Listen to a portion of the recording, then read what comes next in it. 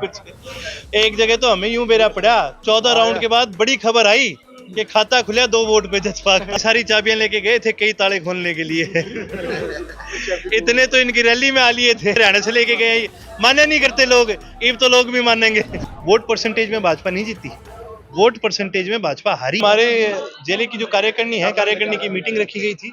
हमारे नए नियुक्त जिला के युवा प्रधान बने हैं और साथ ही साथ हमारे जो जिले की कार्यकारिणी है उसको भी पूरा कंप्लीट करना है। इन चीज़ों के रिगार्डिंग मीटिंग लगी थी।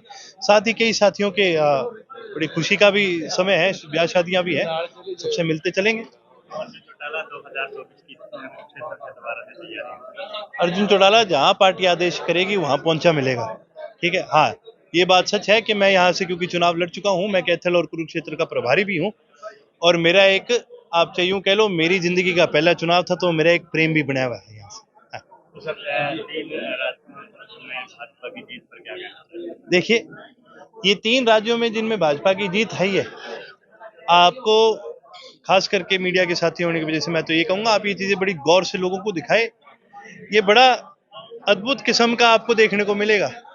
वोट परसेंटेज में भाजपा नहीं जीती, वोट परसेंटेज में भाजपा हारी है, लेकिन विकल्प किसी और को कोई कहीं मिल नहीं रहा था, तो उस वजह से भाजपा आगे से जीत के निकल गई। वरना आज भी इस देश के लोग ना ही भाजपा को जाते हैं ना ही कांग्रेस को। हाँ, कई सारी चाबियां लेके गए थे कई ताले खोलने के लिए। इतने तो इनकी रैली में आ लिए थे, इससे ज्यादा ही आ लिए थे इनकी रैली में। हम तो क्यों हरियाणा से लेके गए, माने नहीं करते लोग, अब तो लोग भी मानेंगे। जिस तरह से मान लो बीजेपी राजस्थान में कहीं ना कहीं कांग्रेस का वोट बैंक काटने और बीजेपी का साथ देने, 7,000 में किसके वोट कटे, मैंने ये तो बता दो। 23 सीट थी, 23 सीट में 7,000 किसके कटे? जो कोई 500-600 से आ रहे हो तो मैं मानू, कोई 500-600 से भी नहीं आ रहा। गई तो क्या किसी प्रयोजन से लिया हुआ तो नहीं कुछ। एक जगह तो हमें यूं बेरा पड़ा, 14 राउंड के बाद बड़ी खबर आई कि खाता खुला 2 वोट पे जसपा का। इनके बोला नहीं, इससे बुरा हाल आपको यहाँ दिखा दूंगा मैं इनको होते हुए। किरण चौधरी कह रही है कि जिस तरह से भाजपा रणदीप सुरजेवाला ने एक बार राक्षस कह दिया था वोटरों को, तो वो भी अभी कोसने का काम कर रहे हैं। देखिए जी, जाहिर सी बात है, आप मतदाता को इस प्रकार की भाषा से आप नहीं कह सकते। एक सीधा सा उदाहरण दे दूं, आज मैं अपने गाल काटूं और कल मैं ही आपके पास आ जाऊं कि यार तेरी मदद चाहिए, ये तो नहीं हो सकता ना। मतदाता चाहे कहीं वोट दे, वो मतदाता का फैसला है, वो आपका और मेरा फैसला नहीं है, वो कोई नेता थोड़ी कर सकता है। आप काबिल बनो तो मतदाता अपने को भी वोट देगा, आपको भी देगा, बिल्कुल देगा, क्यों नहीं देगा। लेकिन अगर आप उसको गलत बोलोगे तो फिर चाहे आप कितना ही कुछ कर लो, देखो किसी को गलत बोलना करी है। और मैं मानता हूँ कोई भी बीज लगाओगे जब भी पेड़ बढ़ेगा। कार्यकर्ताओं ने मेहनत भी करी और 60,000 वोट वहाँ आए। मैं मानता हूँ कि वहाँ संगठन का विस्तार हुआ है और एक पहला कदम जननायक जनता पार्टी के निर्माण के बाद जब हम हरियाणा में आए तो हमने कैडर खड़ा किया। वहाँ तो हमारे पास वोटर छोड़ो एक बूथ एजेंट भी नहीं। आज 19 विधानसभा के अंदर कैंडिडेट भी हैं, बूथ एजेंट्स भी है, वर्कर भी है, और ये तो नेवर एंडिंग काम है राजनीतिक लोगों को।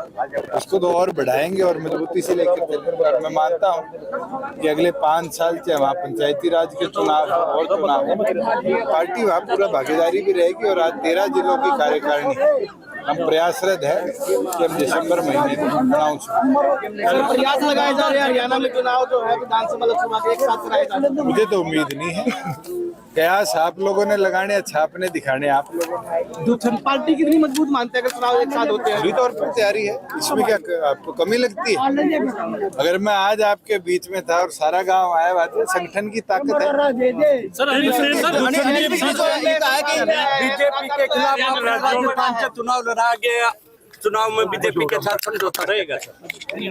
हरियाणा के अंदर समझौता है, राजस्थान में तो नहीं था। राजस्थान में चर्चा करी, भारतीय जनता पार्टी ने अपनी सीटें अनाउंस कर दी, अपनी अनाउंस कर दी।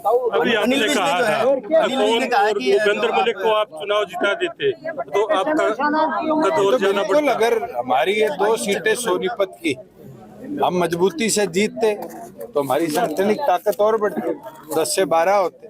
आज दोनों पे कांग्रेस के विधायक हैं।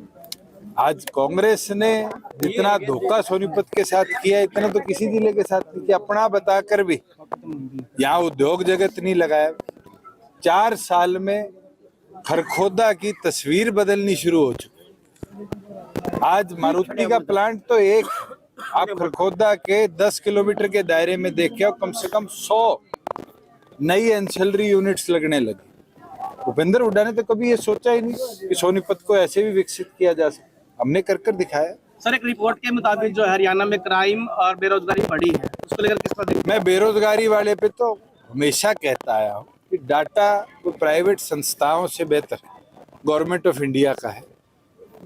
उस डाटा में कोविड के बाद भी हमारी जो अनएम्प्लॉयमेंट रेशियो थी वो कभी 10% से ऊपर नहीं गई, और वो सबसे बड़ा कारण था कि गुड़गांव में वर्क फ्रॉम होम कल्चर शुरू हो गया। जो लोग नोएडा से बीपीओज में काम करने आते थे, दिल्ली से आते थे, वो घर से काम करने लगे। आज दोबारा हमारा आईटी सेक्टर वैसे ही विकसित हुआ।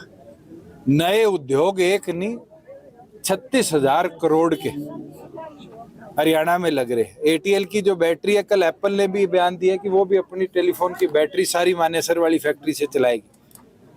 अगर हरियाणा में बेरोजगारी बड़ी होती, अपराध बड़ा होता, तो कोई हरियाणा की ओर रुख करता? राजस्थान में सरेआम आपने देखा किस तरह कल गोलियां चली।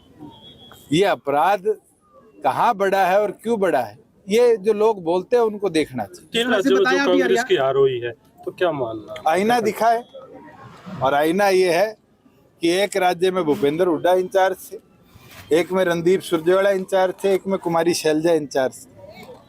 मुझे लगता है ये SRKB जो था, इसको जनता ने आईना दिखा दिया और हरियाणा भी आईना दिखा।